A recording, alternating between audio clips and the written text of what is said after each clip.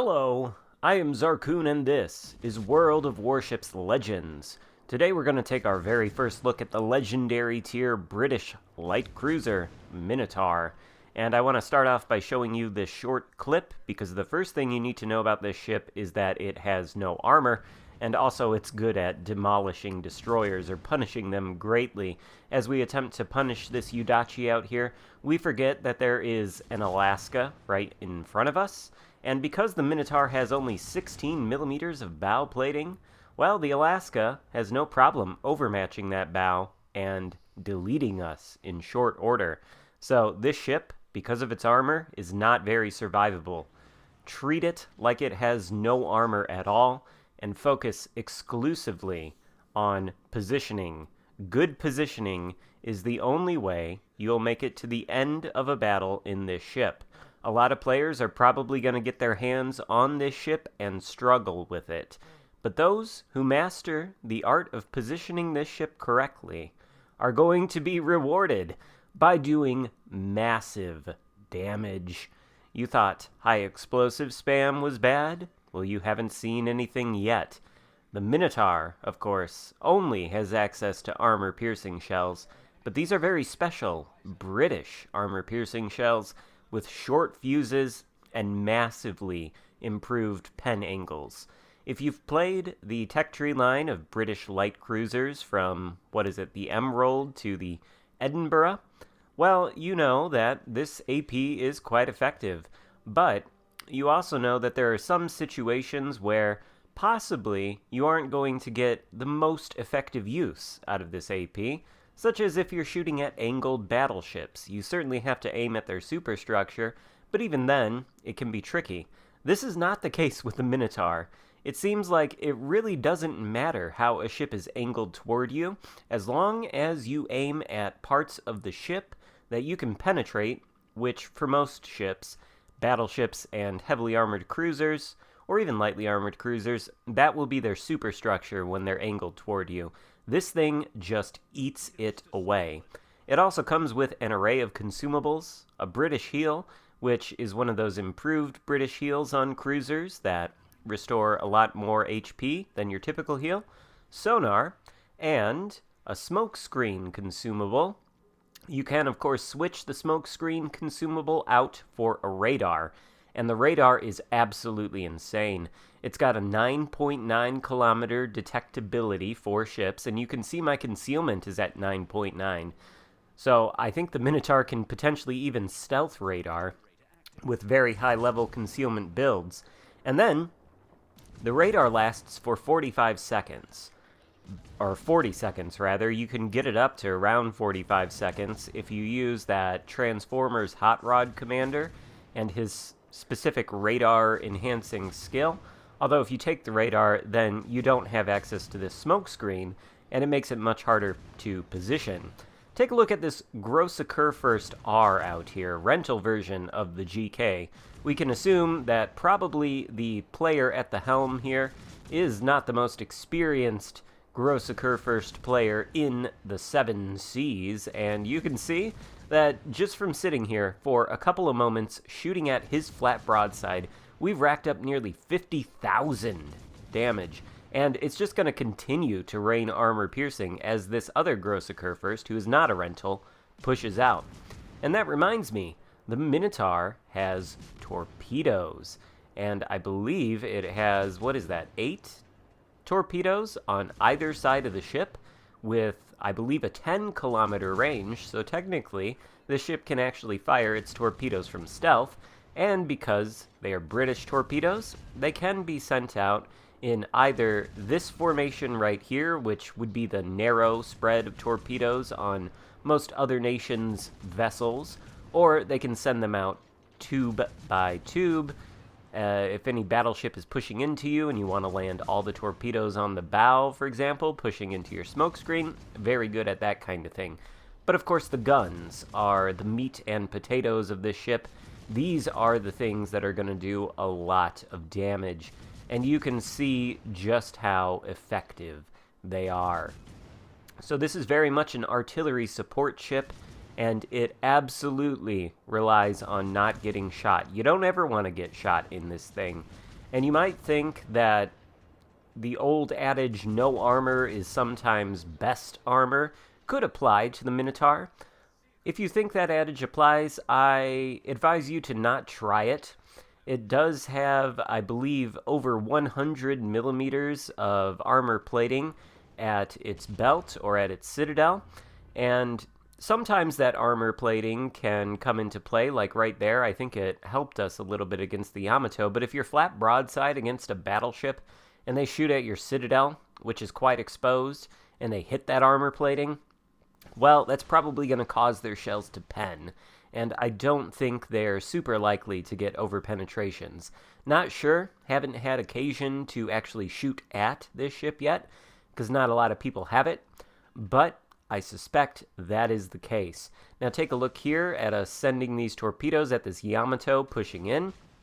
These torpedoes aren't actually the fastest, so I don't think they're actually going to catch this Yamato, although they could have, if not for the friendly battleship that is going to put himself between these torpedoes and that Yamato. So ultimately, I think we're going to walk away with nothing on this torpedo volley, but the Yamato is the only enemy ship left on this side of the map. The rest of the enemies are over here. So it's time for us to reposition in this game and go that way to help out our team. We've got a battleship and a Shimakaze kiting away from the rush of enemies over here. The Shimakaze is still floating, the battleship has gone down, and the enemy Yamato over there has gone down, so the Charlie side of the map is clear. Now we're going to push in and try to help this Shimakaze, but this Shimakaze is going to come back to play at the end of this game, and we're unfortunately going to have to broach the topic of rental legendary tier ships. Now, this ship, the Minotaur, is not the easiest to use. You can see that these shell arcs are quite floaty, so it does take a little bit of getting used to in terms of figuring out how to aim and actually land them on target at ships at far distances. It's a lot like the American destroyer shells, or perhaps the Atlanta shells, although I don't think even these shells are quite as floaty as the Atlantas. And here we see the Yamato. If we can land some shots on him, well, you'll see the efficacy of this armor piercing against angled battleships. Although we have a target-rich environment out here, we're switching targets constantly right now. I think we've got our smokescreen deployed in a good position. This is something you're going to need to learn how to do in order to play this ship effectively, is learn where to place your smokescreen, where it's safe, and also not to stick inside of your smokescreen if you're being rushed by somebody and you can't take them out with your guns or your torpedoes. But now it looks like we're going to take aim at this Yamato and shoot mostly at him. You can see he's presenting a very steep angle to us indeed, and yet our armor-piercing shells, when they're able to hit his superstructure and go over his guns, and also not hit his bow plating, they are able to penetrate. We still do get a fair number of ricochets and shatters, but we've got more penetrations than either of those. Same story here with the Grosse Kurfürst yet again. I don't know why there's so many GKs out here, but these battleships just melt under this armor-piercing spam, and it's even worse than the high-explosive spam, because at least with the high-explosive spam, and at least with fire damage, you can heal a pretty good amount of that back. Not the case with this armor-piercing damage. It is much less repairable. Now, though, we find ourselves in a bad situation. This is something you want to avoid in the Minotaur, having your smokescreen run out while you're 7 kilometers away from a Grosse Kurfürst and 10 kilometers away from a Yamato. The GK secondaries, you can see they tear right through us. It's a good thing he's turning away and his secondaries can't really fire at us, because they could have done a good amount of damage to us. And that's to say nothing of the Yamato, but he was shooting the high explosive, so really not that bad. Still, though, the high explosive can probably rip this ship apart too, because it's got no armor. We land 1 torp on the GK's stern there for 12,000 damage and cause flooding. We're up to 146,000 damage done right now, the majority of that with our guns. I'm debating on whether I want to open fire on this Yamato, and I decide I do, as he starts turning away and aiming his guns at my teammate. Note the Shimakaze out here, who has been sitting over here at the back of the map by me, just, I guess, observing the proceedings. This is a Shimakaze rental, and I want you to note the position my team is in right now. As it stands, there are 4 ships on my team left floating, of which I am 1, versus 3 enemy ships, 2 cruisers and this Yamato. And you would think that perhaps we'd have a good shot of winning this game, but one of our ships just went down, so now it's 2 cruisers versus a Yamato and 2 other cruisers, and of course the Shima out here, not doing much of anything, sailing too far away to be effective. I think even maybe he's firing his guns? I don't know. The Yamato, though, he's not going to last much longer under this sustained AP and HE spam from my teammates. He goes down. That just leaves a very low-health Alaska, and somewhere near the back of the map, a full-health Mines. And that Mines is, well, you'll see as things go on. What is left to talk about in terms of the Minotaur, though?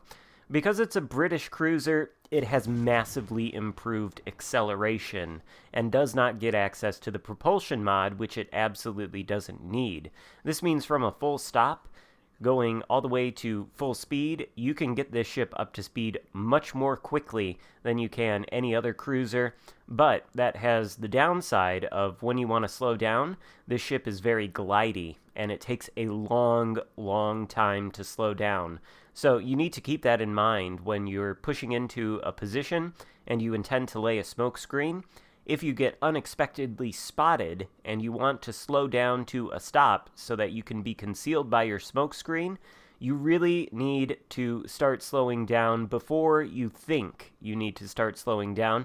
Otherwise, you're just going to outrun that smoke screen. But the acceleration does, at longer ranges, sometimes allow for you to juke incoming battleship salvos by messing with the throttle. The rudder shift on this ship is not great, though. I think it has a base rudder shift of 10 seconds, so I am using the steering gears mod in the 3rd slot, which brings it down to a little bit more of a manageable rudder shift. But you absolutely do not, and this is my very strongly held opinion, you absolutely do not want to try to use double steering gears on this ship and make it an agile cruiser. I know my former colleague, Tier 7 Hipper, he calls himself, he has popularized the agile cruiser philosophy of builds. This is not the cruiser you want to try it on. If somebody shoots at you and you're trying to dodge and they hit you anyway, they could dev strike you. This is one that you absolutely want to build into the concealment on. I've got Mikawa as an inspiration on my commander and the concealment module. Mikawa is at rank 16, legendary 1 or 2, and because of him and that concealment module, we have the concealment down to 9.9 kilometers, which again is exactly the same range as the radar if you want to use it.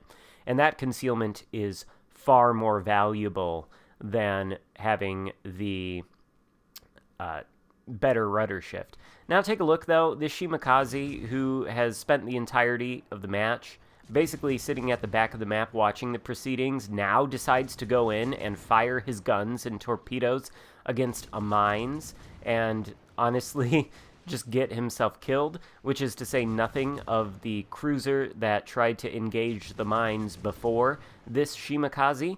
I had captured the Bravo cap, so we had the 2-cap advantage. All this Shima and that other cruiser had to do was play safe, but instead they chose to go out, pick a fight with this Mines, and because of that, they threw the game. Now you can look at what I'm doing here and say, well, Xarkun, you should probably be sailing into the Alpha Cap to contest it. And yes, maybe, but again, this Minotaur has no armor, and I did not want to give broadside, sustained broadside to this Mines, who has very good armor piercing. But at this point, the enemy is ahead of us on points, and there's less than a minute left to go, so I really need to kill this mines. He's being quite dodgy, though. You can see even at 11 kilometers, when somebody is actively trying to avoid these shells, it's not all that hard for them. So unfortunately for us, this mines is going to do what the Shimakaze and the friendly cruiser did, or didn't do, rather, and play it safe. He's going to go behind that island, and that is going to mean that we're going to lose this game. So if you're out there playing these rental legendary tier ships, you really need to take a look at the situation before you go out and do things like that Shima. I don't want to rag on him too hard for throwing this game, but it is frustrating when players do this. Please watch some videos from me, watch some videos from T-Bull about strategy on how to play this game. If you're going to play it at the highest tier and you don't have a lot of experience, it'll improve your gameplay if you do, and it'll improve the experience for your teammates. That's my little message there about rental ships. But that's a look at the Minotaur. We did lose this game, but we did a crap ton of damage, and I think we showcased the ship pretty well. I'm excited to get this. You can, of course, get it by buying the Admiralty backing and completing the campaign, but I heard in Wargaming stream yesterday that if you do not complete the campaign and do not obtain the Minotaur will be coming to the Bureau at some point in the future. So there will be plenty of ways to access this ship if you're too busy over the holidays to really grind the campaign out. Anyway, hope you enjoyed this look at the Minotaur. If so, give it a thumbs up, consider subscribing if you haven't already, and I will see you next time. Goodbye.